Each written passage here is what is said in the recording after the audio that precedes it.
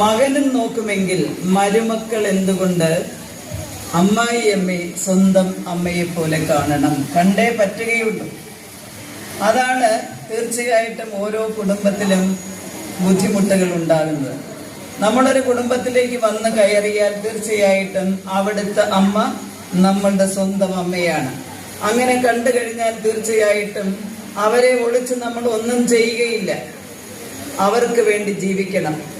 അതാണ് ഈ ജീവിതത്തിന്റെ ധർമ്മമെന്ന് പറയുന്നത്. അങ്ങനെയാണെങ്കിൽ തീർച്ചയായിട്ടും സായാഹ്ന വേളയിൽ നമുക്ക് വസന്തക്കാൻ കഴിയും.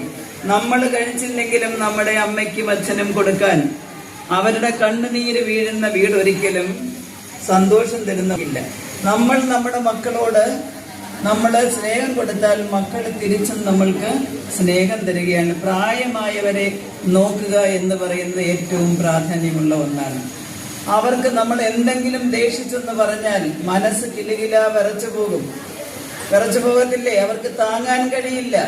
മക്കൾ എന്തെങ്കിലും ഒന്ന് എതിർത്ത് പറഞ്ഞാൽ മനസ്സിനെ കൺട്രോൾ ചെയ്യാൻ പറ്റാത്ത ഒരവസ്ഥ വാർദ്ധക്യത്തിൽ ഉണ്ടാകും.